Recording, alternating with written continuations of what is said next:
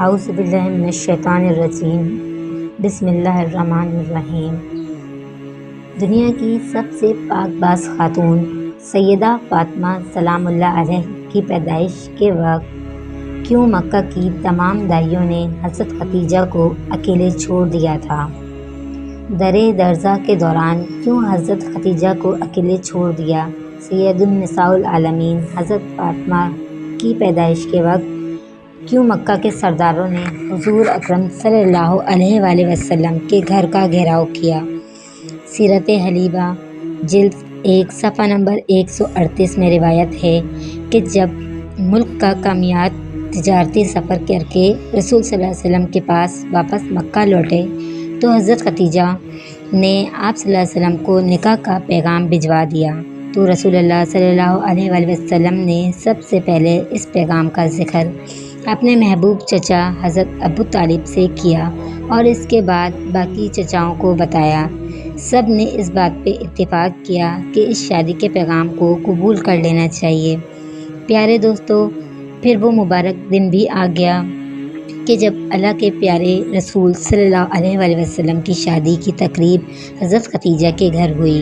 وہاں حضرت خدیجہ کے رشتہ دار عمر بن اسد اور ورقہ بن نوفل وغیرہ موجود تھے۔ حضور کے چچا حضرت ابو طالب نے نکاح کا خطبہ پڑھایا اور حضرت خدیجہ کی طرف سے ورقہ بن نوفل نے جوابی کلمات کہے۔ بے شک حضرت خدیجہ مکہ کی بہت بااثر خواتین میں شامل تھیں، لیکن اس نکاح کے بعد جب رسول اللہ صلی اللہ علیہ وآلہ وسلم نے تبلیغ حق کا پیغام دینا شروع کیا تو مکہ کی خواتین نے حضرت خدیجہ کا بھی بائیکاٹ کر دیا اور ساری عورتیں یوں طاق دینے لگیں۔ خدیجہ نے ایک تنگ دست اور یتیم جوان سے شادی کر کے اپنی شخصیت گرا دی، اس لیے اس شادی کے واقعے کے بعد مکہ کے سردار اور امیر عورتوں نے حضرت خدیجہ کی طرف آنا کم کر دیا۔ شب معراج کی رات جب حضور اکرم صلی اللہ علیہ وآلہ وسلم جنت سے گزرے تو حضرت جبرائیل علیہ السلام نے آپ صلی اللہ علیہ وآلہ وسلم کو درخت طوبہ کا میوہ پیش کیا۔ جب پیغمبر زمین پر واپس آئے تو اسی میوے سے حضرت فاطمہ کی ولادت کا عمل شروع ہوا۔ اگرچہ معراج مکہ کے آخری قیام میں ہوئی، لیکن مفسرین نے لکھا ہے کہ معراج بھی نبی مکرم صلی اللہ علیہ وآلہ وسلم کو کئی دفعہ ہوئی ہے، جیسا کہ بہت سی احادیث میں ہمیں یہ ملتا ہے کہ نبی کریم اپنی لاڈلی حضرت فاطمہ کو بہت بوسے دیا کرتے تھے۔ ایک دن آپ کی زوجہ نے سوال کیا کہ آپ فاطمہ کو اتنا چومتے کیوں ہیں؟ تو نبی مکرم صلی اللہ علیہ وآلہ وسلم نے فرمایا، میں جب بھی فاطمہ کو بوسہ دیتا ہوں تو مجھے اس میں سے جنت کی خوشبو محسوس ہوتی ہے۔ اس حدیث کو امام بخاری، امام سیوطی اور امام طبری کے ساتھ ساتھ تقریباً تمام حدیث کتب میں بیان کیا گیا ہے۔ عظیم مولود نے پاک بہشتی میووں پر مشتمل غذا کے زیر اثر نبی آخر الزماں جیسے والد اور حضرت خدیجہ جیسی پرہیزگار والدہ سے 20 جمادی الثانی کو دنیا میں قدم رکھا۔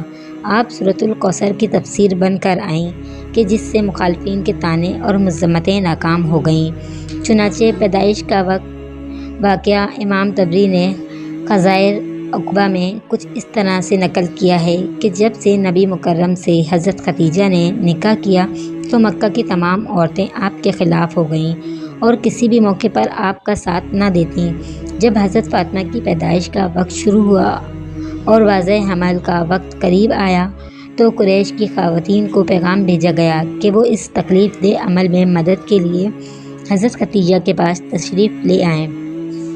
اب یہی وہ موقع تھا کہ مکہ کی عورتیں کہنے لگیں، تم نے ہماری بات نہیں مانی اور ایک غریب یتیم سے عقد کر لیا، اب اسی سے کہو کہ تمہارے لیے دائی کا بندوبست کرے، ہم تو ہرگز مدد کو نہ آئیں گے۔ حضرت خدیجہ نے جب یہ سنا تو بہت غمگین ہوئیں۔ مکے میں فوراً خبر پھیل گئی تو مکے کے مشرکوں نے حضور اکرم صلی اللہ علیہ وآلہ وسلم کے گھر کا گھیراؤ کر لیا کہ آج کسی کو بھی حضرت خدیجہ کے پاس اندر نہیں جانے دیا جائے گا۔ خیر، واضح حمل کا سخت وقت کا آغاز ہو چکا تھا اور حضرت خدیجہ اکیلی ہیں، کوئی معاون نہ تھا۔ آپ علیہ السلام کے دل کی دھڑکنیں تیز تر ہو گئیں اور لوگوں کی سرد مہری آپ علیہ السلام کے لیے موجب تکلیف تھی۔ اچانک آپ کی روح کے افق میں ایک روشنی پیدا ہوئی آنکھیں کھولیں تو 4 خواتین کو اپنے نزدیک پایا۔ بہت پریشان ہوئیں۔ ان میں سے ایک خاتون کہنے لگی کہ آپ پریشان نہ ہوں، ہمیں آج آپ کی مدد کے لیے بھیجا گیا ہے۔ یہ خواتین حضرت فاطمہ کی ولادت تک حضرت خدیجہ کے ساتھ رہیں۔ حضرت فاطمہ کی پیدائش کے بعد جب اس واقعے کا ذکر حضرت خدیجہ نے حضور اکرم صلی اللہ علیہ وآلہ وسلم سے کیا تو نبی مکرم نے فرمایا کہ وہ عورتیں فرعون کی بیوی آسیہ، مریم بنت عمران، سارہ، موسیٰ بن عمر، ان کی بیٹی کلثوم تھیں۔ جب حضرت فاطمہ کی ولادت ہوئی تو اللہ تعالیٰ کے حکم سے 10 جنتی حوریں بی بی فاطمہ کے پاس آب کوثر کا پانی اور جنت سے عمدہ لباس لے کر حاضر ہوئیں۔ ان حوروں نے بی بی فاطمہ کو آب کوثر کے پانی سے غسل دے کر جنت کے لباس میں لپیٹ دیا تھا۔ اس وقت اچانک آسمان پر ایسا نور روشن ہوا، ایسا نور فرشتوں نے کبھی بھی نہیں دیکھا تھا۔ ان 4 عورتوں نے حضرت بی بی فاطمہ کو حضرت خدیجہ رضی اللہ تعالیٰ عنہ کی گود میں دیتے ہوئے یہ الفاظ بولے کہ یہ تمہاری بیٹی طاہرہ ہے، خدا ان کی نسل سے حضور اکرم صلی اللہ علیہ وسلم کی نسل بڑھائے گا۔ روایت میں آتا ہے کہ ام ایمن حضرت اکرم صلی اللہ علیہ وآلہ وسلم گھر پر آپ صلی اللہ علیہ وسلم کو مبارکباد کہنے کے لیے آ رہے تھے کہ راستے میں ان کو سلیمہ نامی ایک عورت ملی۔ اس نے پوچھا، ام ایمن تم جلدی چل کر کہاں جا رہی ہو؟ ام ایمن نے کہا کہ حضور اکرم صلی اللہ علیہ وآلہ وسلم کو اللہ تعالیٰ نے بیٹی سے نوازا ہے، میں ان کو مبارکباد دینے جا رہی ہوں۔ سلیمہ ام ایمن کو کہنے لگی کہ محمد کے گھر بیٹی پیدا ہوئی ہے، بیٹا تو نہیں ہوا جو تم مبارک دینے چلی جا رہی ہو۔ یہ سوچو کہ ان پر کیا گزر رہی ہوگی، کیونکہ اس وقت مشرکین لڑکیوں کو پیدا ہوتے ہی دفن کر دیتے تھے۔ حضرت ام ایمن فرمانے لگیں، سلیمہ یہ بیٹی اللہ کے رسول محمد صلی اللہ علیہ وآلہ وسلم کے گھر پیدا ہوئی ہے، کسی کافر سردار کے گھر نہیں۔ مجھے یقین ہے کہ دین اسلام میں بیٹیوں سے وہ سلوک نہیں ہوگا ہمارے آباء و اجداد کرتے چلے جا رہے ہیں۔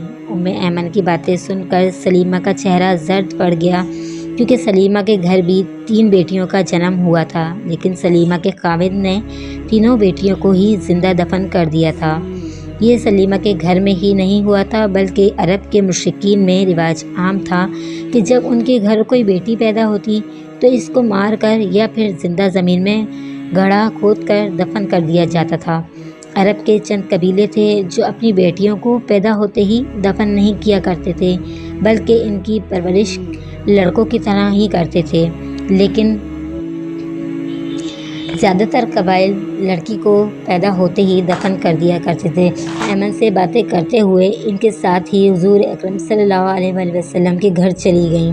سلیمہ نے سوچا کہ میں بھی دیکھتی ہوں کہ حضور اکرم صلی اللہ علیہ وآلہ وسلم کی بیٹی کی ولادت پر رد عمل کیا ہے۔ جب یہ دونوں خواتین حضور اکرم کے گھر پہنچیں تو کیا دیکھا کہ حضور اکرم صلی اللہ علیہ وآلہ وسلم اپنی بیٹی کو گود میں بھی اٹھائے پیار کر رہے ہیں، اس کے چہرے مبارک سے بوسے لے رہے ہیں۔ جو بھی بیٹی کی مبارکباد دینے کے لیے آتا ان کو خوشی خوشی خیر مبارک کہہ کر روانہ کر رہے ہیں۔ سلیمہ حضور اکرم صلی اللہ علیہ وآلہ وسلم کے قدموں میں بیٹھ کر رونے لگی۔ یا صلی اللہ علیہ وسلم کا دین سچا ہے، آپ صلی اللہ علیہ وسلم سچے ہیں، آپ خدا کا سچے نبی ہیں، آپ صلی اللہ علیہ وسلم کا گھرانہ سچا ہے۔ سبحان اللہ۔